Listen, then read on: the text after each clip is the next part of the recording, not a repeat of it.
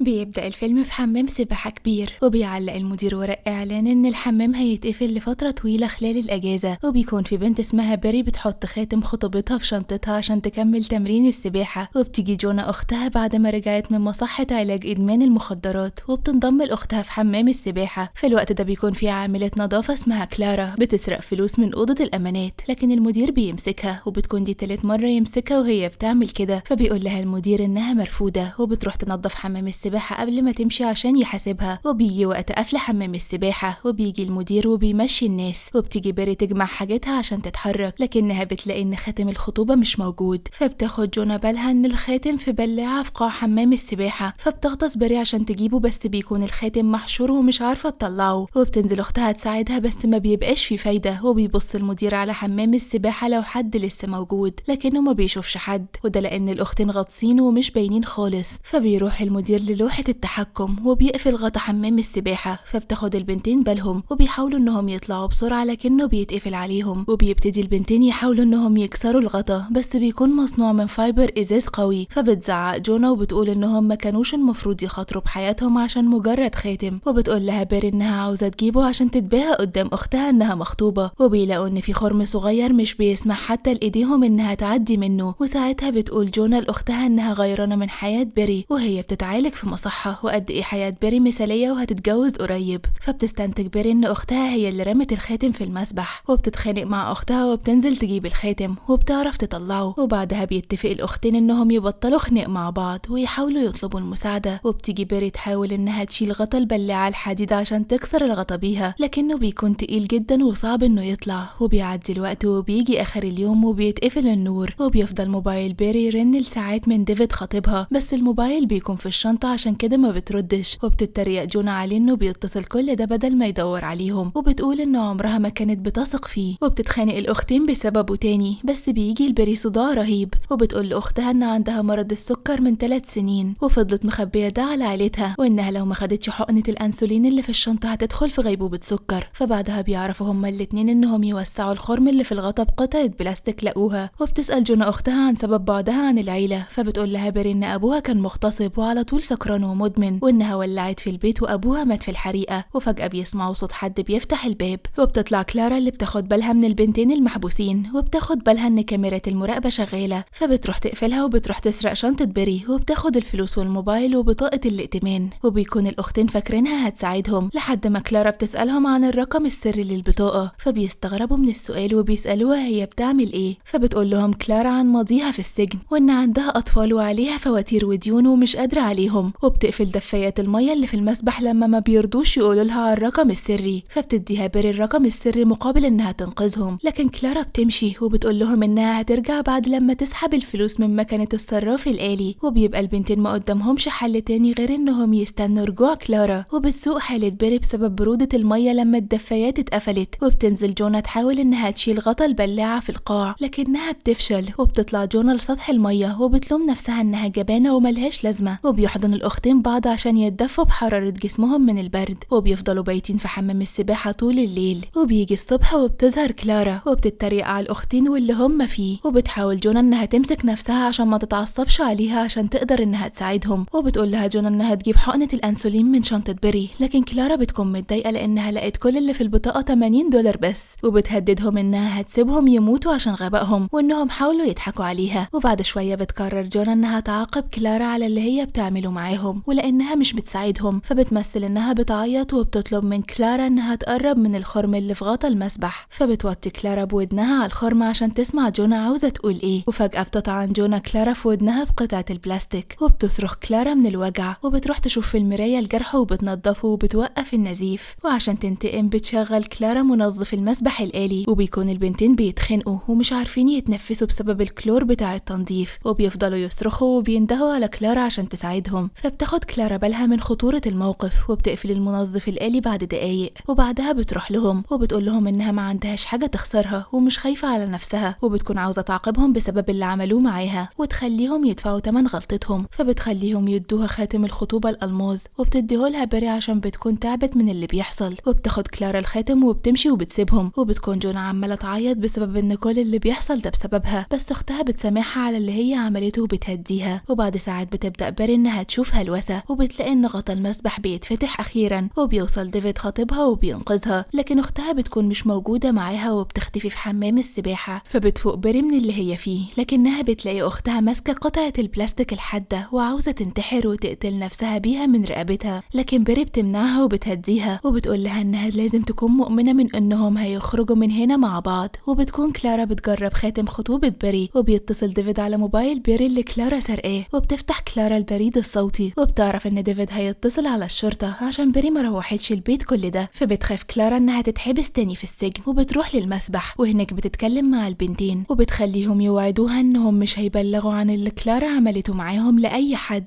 وإلا هتسيبهم محبوسين. وبيوافق البنتين طبعا على العرض وبيحضنوا بعض من الفرحة. وبتقرر كلارا إنها تروح تفتح الغطا عشان الأختين يخرجوا أخيرا من حمام السباحة، وبتروح لغرفة التحكم لكنها بتلاقي إن رمز الحماية اللي هي عارفاه اتغير. فبتتعصب كلارا وبتروح للبنتين وبتقول لهم إنها زهقت من اللي بيحصل ومش عارفة تتصرف، وبتمشي كلارا وبتسيب البنتين لوحدهم محبوسين. وبيعدي الوقت وبتكون دي تاني ليلة ليهم في المسبح، وبتبدأ بيري تروح في غيبوبة سكر. فبتحاول جونا إنها تفوق أختها وبتقول لها بيري إن ساعة الحادثة لما قتلت أبوها خلته ما يهربش من الحريق، وفضلت تقول إنها قتلت الوحش. وبتنزل جونا تجرب إنها ترفع غطا البلاعة تاني من القاع، وبعد كذا محاولة وفشلها فيها بتاخد المنشفة من أختها وبتربطها في البلاعة، وأخيرا بتعرف تشيل غطا البلاعة وبتطلع لسطح المية لأختها، لكنها بتلاقيها فاقدة للوعي وبتغرق في المية. فبتعمل لها جونا تنفس صناعي وبتنجح في إنها تخلي أختها تتنفس وتفوق تاني. وبتستخدم جونا قوتها وبتشيل غطا البلاعة وبتخبط بيها على الغطا وبتكسره من خلال الخرم، وبتفضل جونا توسع الفتحة بعد لما اتكسرت بإيديها وبتتعور في إيديها جامد من الإزاز. وأخيرا بتشيل جونا أختها وبيطلعوا من حمام السباحة، وبتدي جونا بيري جرعة الأنسولين بالحقنة وبتبقى خايفة من إن أختها ممكن تموت. وفجأة بتظهر كلارا وبيبقى معاها مسدس وبتوجهه ناحية جونا وبتهددهم بقتلهم عشان لو فضلوا عايشين هيبلغوا عنها ويخلوها تتحبس، لكن كلارا بتنزل المسدس وبترجع لهم الخاتم الألماظ وبتبقى حاسة بالذنب بسبب اللي بتعمله. وبتتصل جونا بالشرطة والإسعاف عشان يلحقوهم وينقذوا بيري، وبتخلي جونا كلارا تهرب عشان ما يتقبضش عليها. وبعدها بتفوق بيري على سرير الإسعاف وبتديها جونا الخاتم وبيحضن الأختين بعض وبيعيطوا من الفرحة لأنهم نجوا من موقف زي ده بأعجوبة. وبيشيل المسعفين بيري بالسرير عشان يودوها للمستشفى. وبس كده بيخلص الفيلم. ما تنساش لو عجبك تعمل لايك وقولولنا رأيكم في الكومنتات.